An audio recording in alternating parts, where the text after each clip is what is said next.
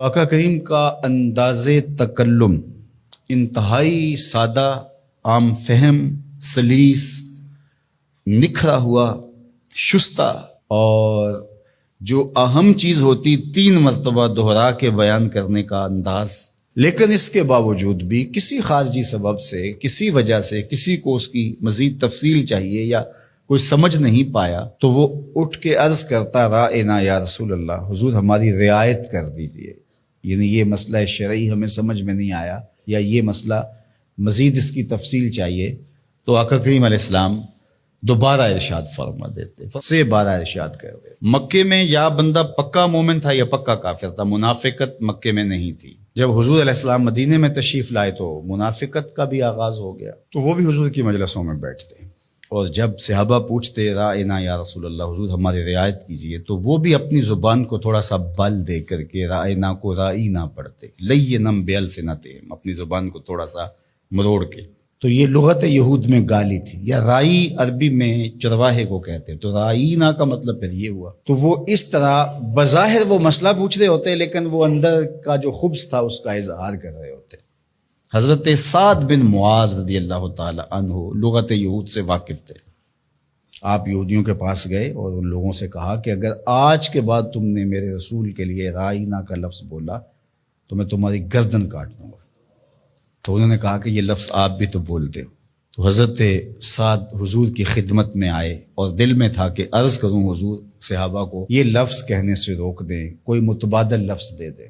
قبل اس سے کہ یہ آ کے عرض کرتے جبریل پہلے پہنچ گئے تھے کہ یا ایھا الذین آمنوا لا تقولوا رائنا، اے ایمان والو میرے نبی کے لیے رائنا کا لفظ نہیں بولنا۔ تمہاری نیت ٹھیک، تمہارا لہجہ اچھا، تمہاری رواں رواں سے عقیدت پھوٹ رہی ہے، تمہاری آنکھیں حیا سے جھکی ہوتی ہیں جب رائنا کہہ رہے، تمہارے دل کشکول بنے ہوتے ہیں جب رائنا کہہ رہے ہوتے ہو، عقیدتوں کے سانچے میں ڈھلے ہوتے ہو تم یہ لفظ بولتے ہوئے، لیکن یہ وہ لفظ ہے جس کے پہلو میں کھڑے ہو کے میرے نبی کی اہانت کا امکان پایا جاتا ہے۔ اگرچہ تم اس لفظ کو اچھی نیت سے بھی بولو، دوسرا معنی تمہیں ملحوظ بھی نہ ہو، میں پھر بھی گوارا نہیں کرتا کہ میرے نبی کے لیے وہ لفظ بولا جائے۔ آج کے بعد تم نے میرے نبی علیہ السلام کے لیے رائنا کا لفظ نہیں بولنا۔ مالک کوئی اور لفظ بولیں گے تو لوگ اس لفظ کو بھی اپنے مفہوم کے لیے اور اپنے خبث باطن کے لیے استعمال کرنے لگ جائیں گے۔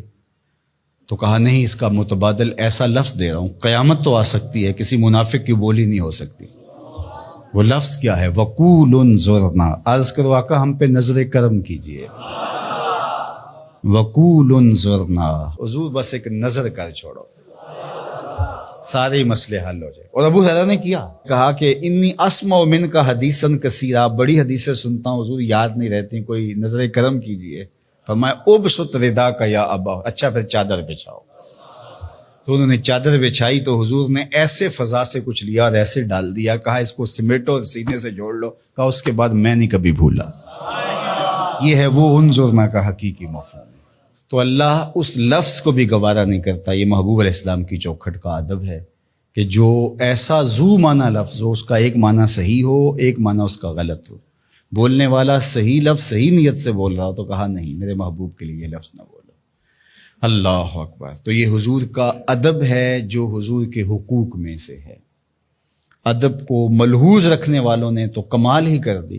حضرت صائب بن یزید دیکھیے، وہ فرماتے ہیں کہ مسجد نبوی تھی اور میں ایک کونے میں بیٹھا تھا تو کسی نے مجھے کنکر مارا، میں نے جدھر سے کنکر آیا ادھر پلٹ کے دیکھا تو وہ حضرت عمر تھے رضی اللہ تعالیٰ عنہ۔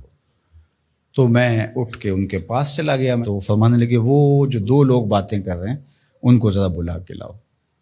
تو میں گیا اور ان کو بلا کے حضرت عمر کے پاس لے گیا۔ تو حضرت عمر نے ان سے پوچھا تم کہاں کے رہنے والے؟ انہوں نے کہا جی طائف کے رہنے والے۔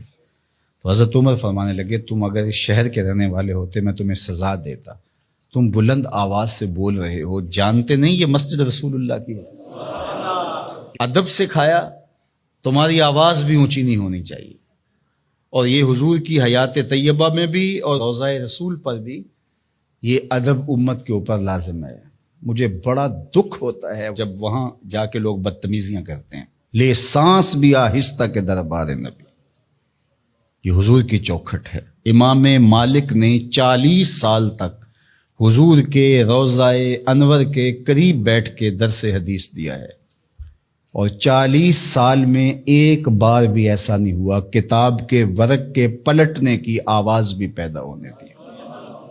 یہ حضور کا ادب ہے کہ اپنی آوازوں کو بھی پست رکھا جائے، اپنے لہجوں کو بھی کنٹرول کیا جائے، اور وہ انداز اختیار نہ کیا جائے جو عامیانہ پن سے جڑا ہوا ہو۔ عامیانہ پن سے مخاطبت نہ کی جائے رسول کریم صلی اللہ علیہ وآلہ وسلم سے۔